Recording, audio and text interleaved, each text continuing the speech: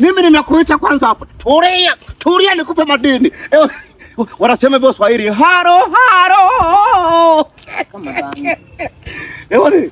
Sasa ukisikia utajiri, ndio huu sasa. Mimi mpaka sasa hivi mimi na wewe tumeshatoka hapo kijana. Mimi ni tajiri, wewe utabaki kuwa chini.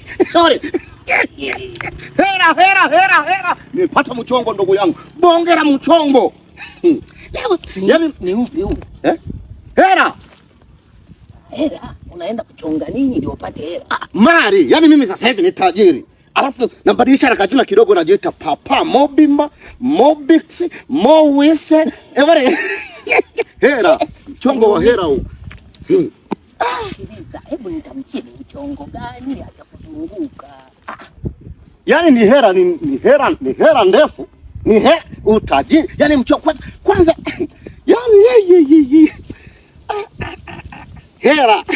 Yaani ungeupata wewe huo mchongo. Ungenitambia sana. Sasa ngambira mchongo gani? Sio haya tunagambia kuzunguka. Si ngamani. Yo. Hera. Utajiri. Yaani sikia shamba. Ni mshamba mpaka kaburi. Ameanza. Tayari vya kiaji vimeshapanda vya kiaji. Ndio tulijani. Sasa wewe ngamani hii ambayo na mimi nimepata mchongo pale. Na umepata? Wewe hawezi kupata huo mchongo. Sikiliza. Ule wanaangalia kwanza muonekano nani huyo pia msi ya mtu kwamba ni mtu gani anaweza kumiliki pesa, anaweza kumiliki utajiri. Jona. Sasa kwangu hawajaangaika. Wametekenya hivi kama mtu anaendesha gari. Kwa sababu tayari bilionea wachiaja. Hawajapata tabu kunipa mchongo. Wamejua mimi mwenye pesa mule. Si unaona sipiji kelele. Si umenikuta nimepozi, nimetulia. Nimefurahi kuingia ngamani msimu wa 4 nikaambiwa, sikuambiwa alafu nilificha, alijua nitacheka.